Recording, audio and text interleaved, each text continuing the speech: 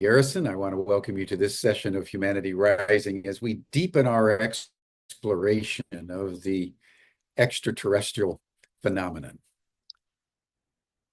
Mostly, we have been dealing over the last 18 months as we've been taking up this very interesting domain of unidentified anomalous phenomena, UAP disclosure.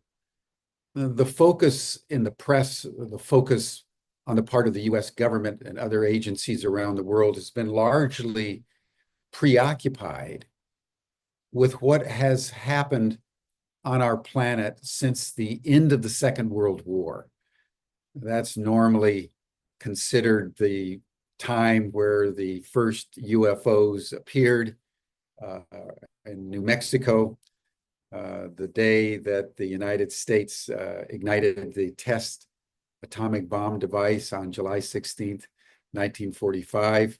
And then subsequently, there's a lot of discussion about retrieved alien craft, retrieved alien biologics. And for the most part, people believe that we're dealing with UFOs as a relatively recent phenomenon.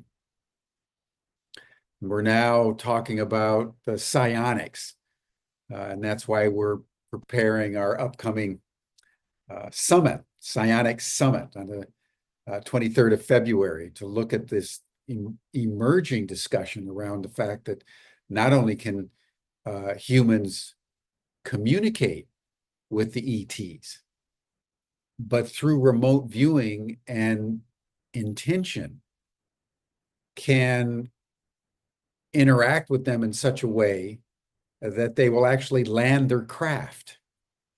And so there's a lot of excitement as to what's burgeoning. The reality that we all will be taking in probably sooner than later is that all this has a very long history. And that the major religions, whether it's Judaism, Christianity, Islam, Hinduism, Buddhism, Taoism, almost all of the indigenous cultures around the world, virtually without exception, those most ancient human institutions that have been curating humanity's notions of consciousness and ethics and transcendence and immanence and divinity, the sacred, the numinous, are all saying that our connection with the extraterrestrials goes back a very, very long way. If there's one place on Earth where this is the most apparent in the architectural remains that we bear witness to today, it's that very ancient land of Egypt.